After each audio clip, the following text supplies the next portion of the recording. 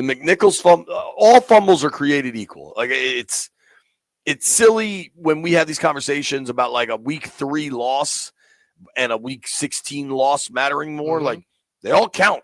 Yeah. But the Eckler fumble was just a killer.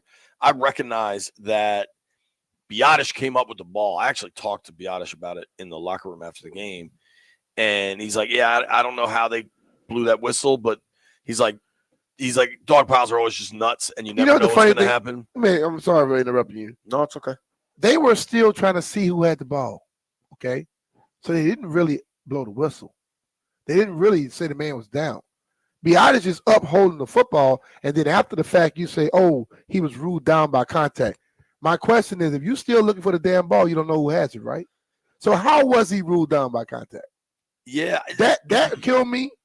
I thought it looked like the Eagles defender had a clear recovery, but I never heard a whistle, and then Biadasz has the ball. So it's like, well, what? And then you're retroactively blowing the whistle. How many times do we see a person look like they clearly have the ball, and then somebody else come up with it?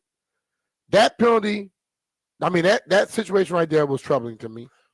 The fact that Brown took off Lattimore's helmet, and Lattimore got called for something. He didn't call for anything. That's a problem. Well, and if you think specifically about that, about Brown and Lattimore plays on the edge of sanity, and sometimes he's going over the edge. Mm-hmm. And I think there's a Lattimore discussion to be had about this offseason and what the future there looks like, and was he healthy, and lots of things, right?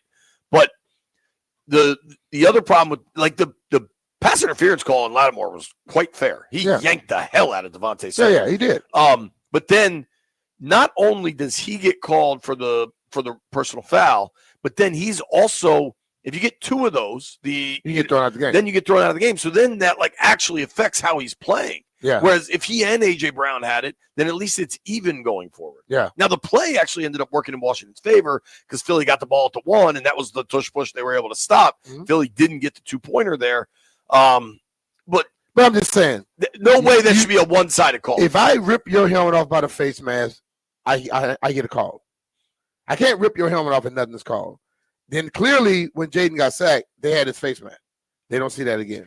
Dude, Biadasz got punched in the face by Jalen Carter. Did you see that? Yeah. I mean, just a straight-up punch. Yeah, but it's amazing how, like, and I understand. Listen, man, I'm not saying, and I don't agree with this, oh, it's a script. No, I don't buy that. The NFL is not a script.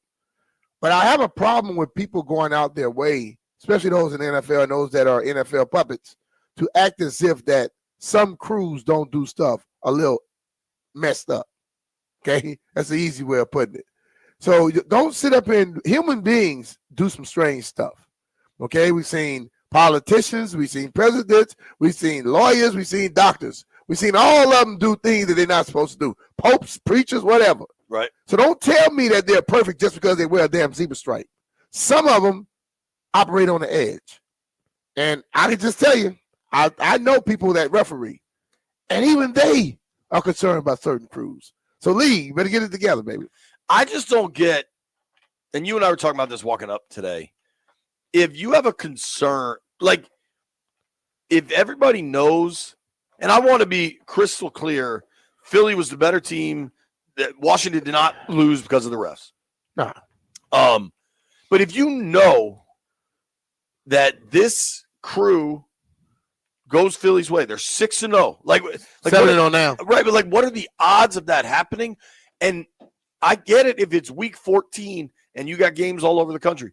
It's championship weekend. You only got 2 games. Why have you got a lot of crews? Like, why is this the crew that gets assigned to the game? Well, I say, like, that to me won't add up. It will never add up. Like, I remember when we played, what was it? David Boston used to be the guy, and his dad was a referee. Yeah. And his dad played for, he played for the Cardinals.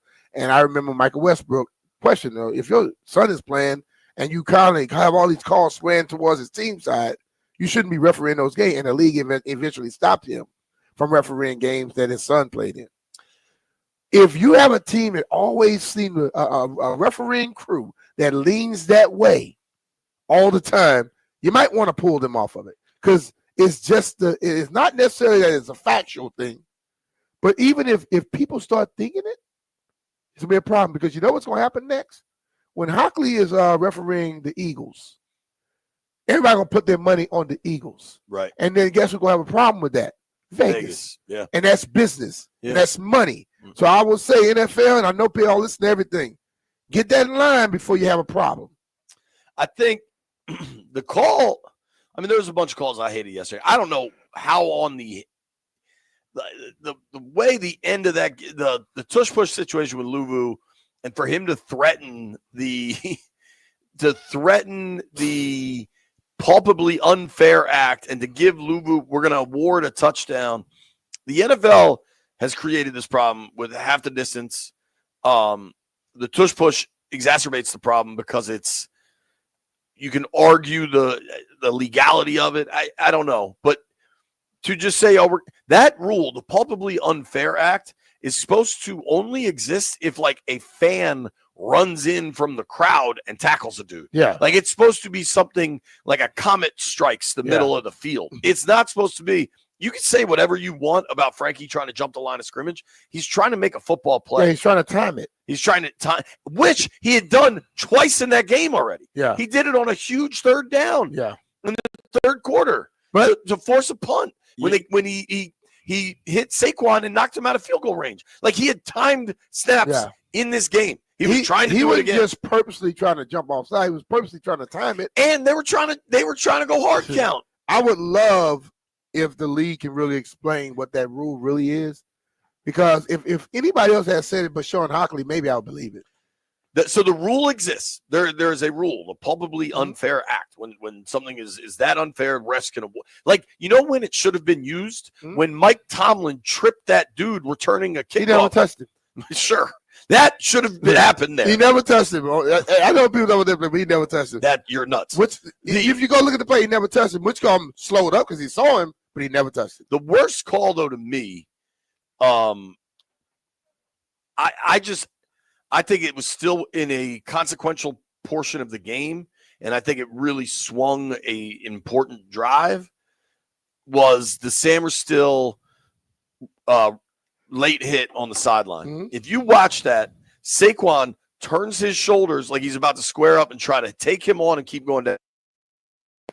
Mikey is inbounds. Mikey's inbounds. Saquon's not. We had this conversation yesterday. I hated that call. That's a bang play in the moment that completely swings that game. It's a judgment call that did not have to be made. And Saquon turns his shoulders like he's going to go. He turned his shoulders, but what's he supposed to do? He turned his shoulder and he went out. Mikey was inbound. Saquon was out. So I mean that play right there, I had no issue with it.